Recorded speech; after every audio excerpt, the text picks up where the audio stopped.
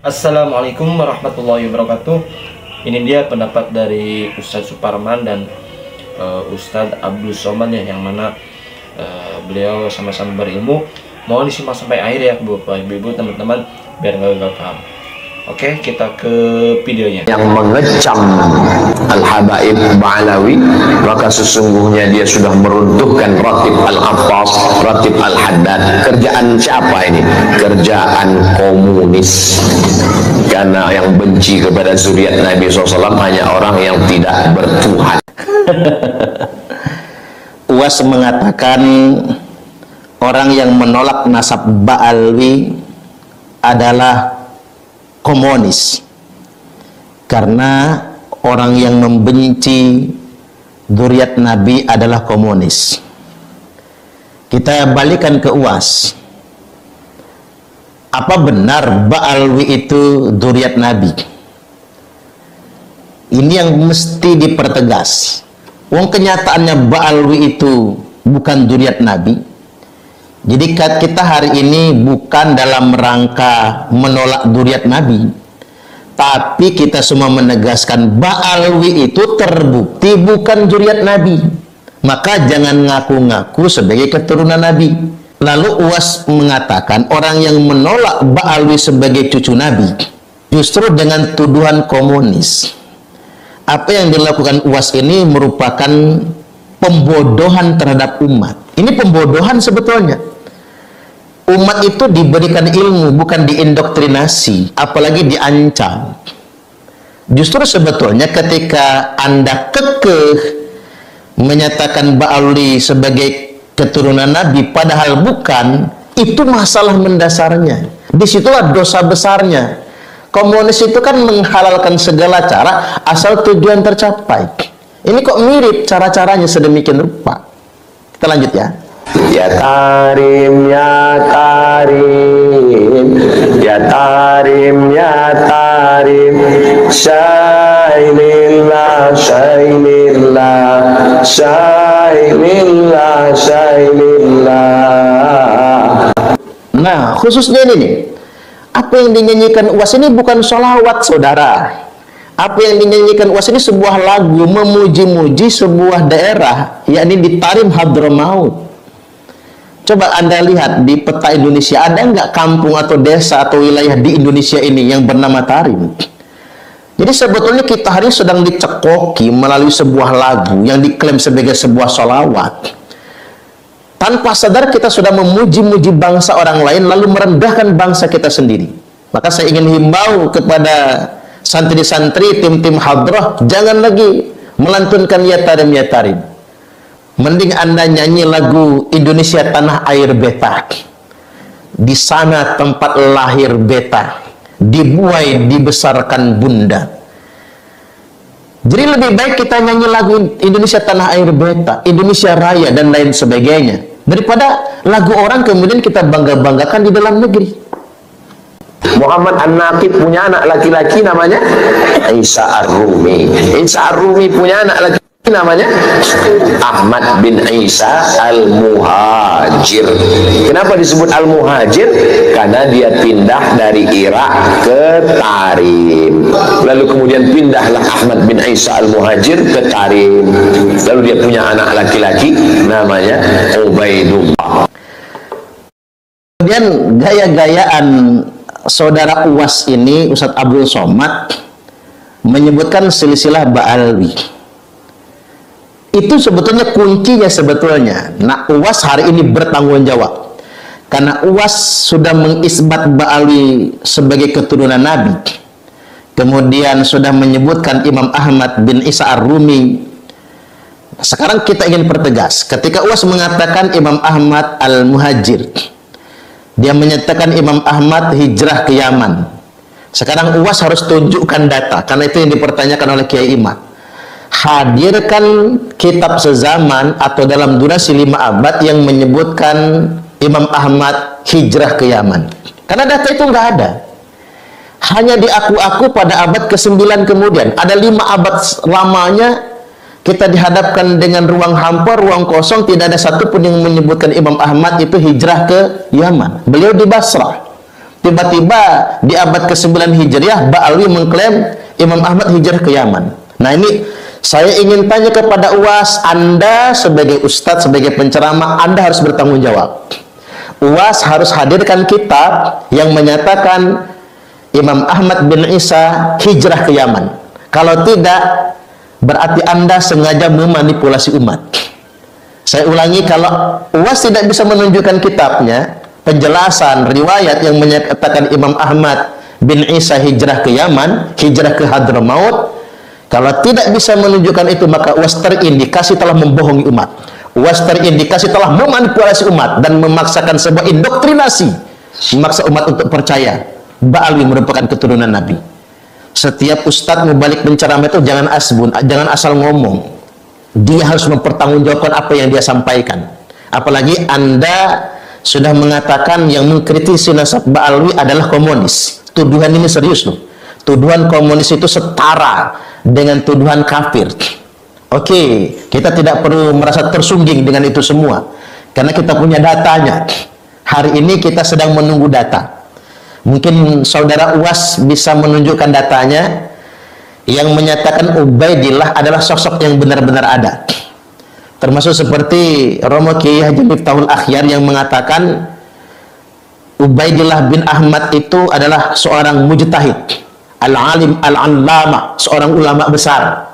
Oke, kalau memang dia ulama besar, beliau wafat tahun 383 Hijriah. Mana catatannya? Mana buku nasabnya? Mana catatan, mungkin ada yang meriwayatkan sosok ulama, mana karyanya, mana kitab yang dia tulis. Kita kan berpikirnya sederhana saja sekarang. Ketika Bani Ba'alwi mengklaim datuk mereka adalah Ubaidillah yang dinasabkan kepada Ahmad dan seterusnya, yang wafatnya tahun 383 Hijriah. Nah, mana catatan di abad tersebut? Abad ke-4 Hijriah. Tidak ditemukan di abad 4 Hijriah. Di abad berikutnya, abad 5 Hijriah, naik ke 6 Hijriah, naik ke 7 Hijriah, naik ke 8 Hijriah. Sudah 5 abad lebih ini, tidak ada catatan sama sekali. Oke, siapa yang akan bertanggung jawab ini? Saudara Taufik As-Segaf, Ketua Rabitatul Alawiyah, harus jawab ini. Antum jangan cuma ngaku-ngaku cucu Nabi. Habib Rizik, Bahar bin Smith, oke, harus dijawab ini. Hanif Al-Attas harus menjawab ini semua. Ustadz Abdul Somad, Anda wajib menjawab, karena Anda sudah mendiskreditkan orang yang mengkritisi dengan sebutan komunis. Anda harus jawab ini. Kalau Anda tidak menjawab, berarti Anda hanya bisa mengindoktrinasi saja. Itu namanya pembodohan terhadap umat. Mendoktrin umat tanpa dalil, mendoktrin umat tanpa hujah, itu adalah pembodohan terhadap umat. Ini nggak boleh dibiarkan sebetulnya. Oke, saya ingin mengajak publik untuk berpikir jernih lah. Mulai dari abad pasca abad ke-4 Hijriah sampai abad ke-9 Hijriah, tidak ada data yang menyebutkan Ubaidillah ini tadi. Dia hijrah ke Yaman, nggak ada datanya. Nama Ubaidillah ini juga nggak ada. Tiba-tiba nama ini baru disebutkan pada abad ke-9 Hijriah oleh Habib Ali bin Abu Bakar As-Sakran dalam kitab Al-Burqah atau Al-Burqatul Musyiqah, di mana Habib Ali bin Abu Bakar As-Sakran ini baru wafat tahun 895 Hijriah.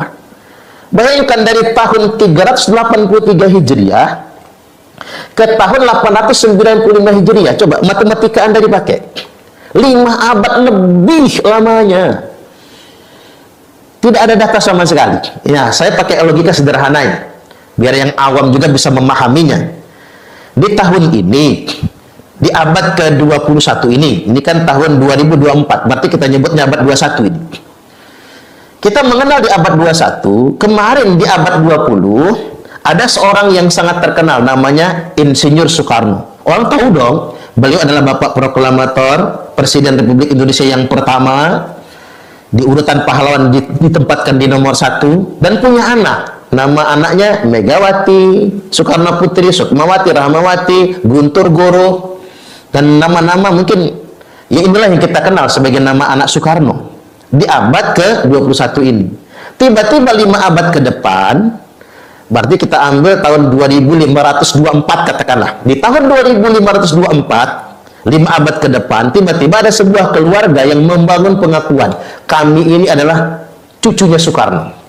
anak keturunan Soekarno. Lalu orang bertanya, loh kok bisa kalau anda ini anaknya cucu Soekarno? Apakah anda ini adalah zuriatnya Megawati, Sukmawati, Guru atau Guntur? Lalu kemudian keluarga ini mengatakan, klan ini mengatakan, kami adalah keturunan dari datuk kami yang bernama Suparman Soekarno Putra. Inilah yang disebut dengan ngaku-ngaku. Kemudian orang bertanya, mana catatannya, mana korannya, mana bukunya, catatan silsilah keluarganya, mana? Nggak bisa menunjukkan. Orang periksa file-file pemberitaan di abad ke-21, abad 22, abad 23, ada abad 24, abad 25, diperiksa semua. Nggak ada. Pengakuan itu baru muncul di abad ke-26. Orang kemudian jadi bingung, mana ini datanya? Persis seperti itulah apa yang dilakukan oleh Ba'alwi hari ini.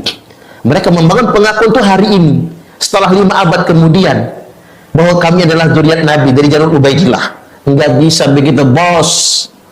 Kalau begitu caranya orang ngaku-ngaku aja, yang penting hidung mancung. Nggak bisa. Kalau anda paksakan itu semua, ini pembodohan. Bahkan bukan hanya pembodohan, ini penipuan ini namanya. Kemudian yang berikutnya, data terkait dengan catatan kitab nasab ini juga dilengkapi oleh kajian pakar DNA. Pakar DNA memastikan ini sains, ini ilmiah 100%, kita bisa menelusuri jejak asal-usul genetik seseorang. Tiba-tiba kemudian Rabitatul Alawiyah, kemudian Maktab Daimi yang selama ini juga menggunakan tes DNA untuk memastikan keabsahan nasab seseorang, bahkan Rizik Syihab pernah nantang semua yang ngaku-ngaku cucu Nabi wajib tes DNA, kata Rizik Syihab. Tiba-tiba hari ini anti DNA, lalu mengharam-haramkan DNA. Mau tahu nggak apa sebabnya? Coba mau tahu nggak apa sebabnya? Sebab paling utamanya adalah karena mereka sebagian sudah tes DNA dan DNA-nya terbukti G semua, nggak ada yang meleset. Itulah hikmah dan berkahnya mengapa Ba'alwi itu nggak mau menikahkan anak perempuannya kepada laki-laki yang bukan dari golongan mereka. Karena Allah ingin tunjukkan pada akhirnya tidak ada satupun dari keturunan mereka yang genetikanya bermutasi kepada jenis yang lain. Bagi mereka, larangan menikahkan Habibah dengan selain dari klan mereka itu merupakan sebuah keharaman dan tidak kafaah. Bagian dari upaya mereka menjaga nasab. Ternyata justru itulah cara Allah untuk membuktikan kalau mereka semua sebroyok, semua haplogrupnya G, nggak ada yang bermutasi kemana-mana. Jadi Allah betul-betul ingin membongkar semua. Walau dalam bahasa awamnya begini, nih, mengapa mereka tidak menikahkan anak perempuan mereka dengan laki-laki di luar klan mereka? Karena Allah ingin tunjukkan, nih, ternyata memang mereka bukan zuriat Nabi sallallahu alaihi wasallam. Kan ada hikmahnya. Selama ini kan kita mikir-mikir, ya ngapalah gitu ya, Ba'alwi ini kalau perempuan mereka dinikahkan orang ahwal, orang pribumi, apalagi hidungnya pesek misalnya, mereka ngamuk-ngamuk, marah-marah, haram hukumnya, tidak kafaah dan lain sebagainya. Tapi di sisi lain bahaya juga kalau perempuan mereka bercampur menikah dengan mungkin dengan keturunan Wali Songo, di mana keturunan Wali Songo ini kan punya haplogrup J1 sejalan dengan haplogrup Nabi. Nanti ketika ada keturunan dari mereka ternyata J1 karena gara-gara ngambil garis keturunan Wali Songo, maka mereka bisa membangun klaim, nih, enggak semua Ba'alwi itu G, ada juga yang J1. Tapi hikmahnya mereka melarang perempuan mereka menikah keluar agar haplogrup DNA asalnya terjaga tetap G sepanjang zaman. G itu kan etnis asalnya Yahudi Ashkenazi. Kita nggak mempermasalahkan asal lah. Saya juga mungkin kalau dites DNA dulu mungkin suku apa barangkali kan. Jangan-jangan mungkin ada gen Cinanya saya ini, atau jangan-jangan ada gen Afrikanya barangkali. Nggak penting bagi saya. Tidak perlu membuli leluhur kita semua. Yang penting adalah ketika kita ditakdirkan hidup hari ini, itu kita syukuri. Hidup hari ini bil iman wal Islam, dengan iman dan Islam. Ini kan mesti kita syukuri. Makanya tidak ada persoalan tentang DNA asal kita siapa. Entah saya ini DNA asalnya X, Q, entah apalah namanya, saya nggak ngerti, barangkali nggak penting. Tapi hari ini kita sebagai orang yang Allah anugerahi keimanan dan keislaman, ini nikmat yang sungguh luar biasa. Sama buat Mbak Alwi juga, mengapa harus ditolak? Kalau memang G, ya sudah G. Yang nggak boleh itu, kita ini secara saintif DNA-nya bukan dari Nabi, kok ngaku-ngaku cucu Nabi, itu aja masalahnya. Kata kuncinya cuma satu itu. Kalau bukan keturunan Nabi, jangan ngaku keturunan Nabi. Oh Pak Uwas, tolong ajak sahabat-sahabat Anda itu, ajak oleh Anda meneliti. Coba kaji lagi tes DNA itu. Kalau memang G bukan G1, ya sudah, jangan ngaku keturunan Nabi, G. Dosanya di situ soalnya. Saya malah ingin ke depannya biar kita ini nggak latah ngaku keturunan Nabi. Orang yang ngaku anak cucu Nabi disamakan dengan orang yang ngaku Nabi, ngaku Imam Mahdi, bisa dipidanakan dengan pasal penodaan agama. Karena ngapa? Pengakuan akan cucu Nabi tersebut justru dijadikan privilege, hak istimewa, bahkan dijadikan alat kriminal untuk mengeksploitasi umat, untuk ngedawi. Alhamdulillah, syukurillah, Allahumma sholli ala sayyidina Muhammad wa ala sayyidina Muhammad. Alhamdulillah, ya Bapak Ibu ya. Tadi kita sudah mendengarkan dua kajian ya, yang mana pertama dari Ustadz Abdul Somad dan yang kedua dikomentari oleh Ustadz Suparman. Mangga simak dan sesuai keyakinan kita ya. Yang intinya tadi menurut Ustadz Suparman ya, kita harus bersyukur ya, hari ini masih bisa menghirup udara dan jangan lupa terus beribadah. Dan Ustadz Abdul Somad pun yang menyatakan bahwa ya Habib merupakan cucu Nabi Muhammad SAW. Silakan ya Bapak Ibu yang menilai. Oke, itu dia video kali ini, semoga menambah wawasan. Terima kasih. Assalamualaikum warahmatullahi wabarakatuh.